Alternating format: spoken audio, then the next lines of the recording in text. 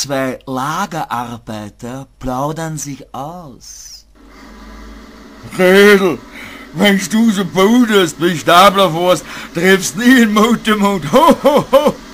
Dorftrottel, mach einmal einen Staplerschein, dann kannst du dich wichtig machen.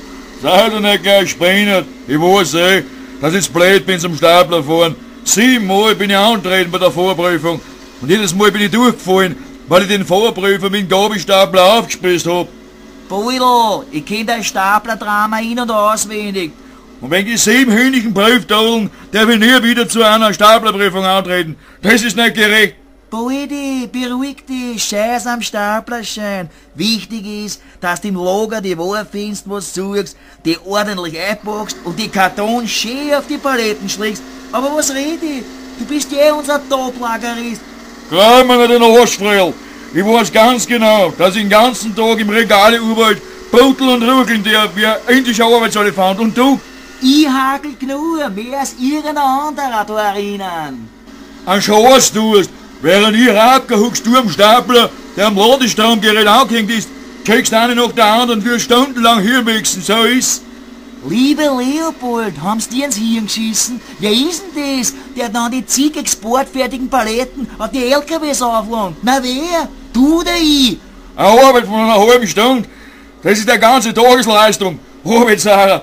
Und wie oft, Bull, gehst du in der Arbeitszeit aufs Häusl wichsen? Ich hab dich angestockt. Sage und schreibe 22 Mal.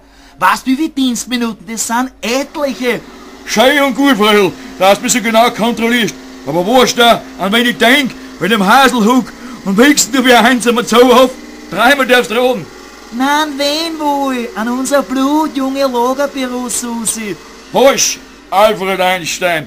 Ha, ich krieg einen Lochkrampf. Vielleicht gar an unsere Firmenchefin, das Nüpferd? Wieder falsch. Mir darfst du nicht raten. Schlechte. Sag jetzt nicht, dass du beim Schwadl unseren Lagerleiter vorstehst, wie sein Beil bloßt. Voll falsch. Der Arschloch Meyerhofer, der dich nicht einmal blasen, wenn wir lebenslänglich in einer Gefängniszelle hucken. Na, spuck's aus. Wer ist der Wichsvorlag? Topel, nur du. Beudi, Burli, wieso hast du mir das nicht schon früher gesagt? Tag für Tag, Jahr für Jahr ist mein stinkfad am Stapler. Pausenlos hab ich einen Steifen, weil die ganze Zeit an der geile Bötzguschen-Ding. Fred im Haus, in Zukunft nehme ich dich mit aufs Häusl. Ehrenwort. Beudel, du bist ab sofort mein absoluter Lieblingskollege. Du, ich hab schon 3 Tage nicht gespritzt, kennt man nicht gleich.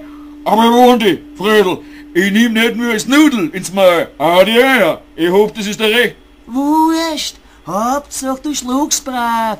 Was glaubst du, das Beidelgeschlader sau viel lieber als unseren Automatenkaffee? Und gratis ist auch, geh mal.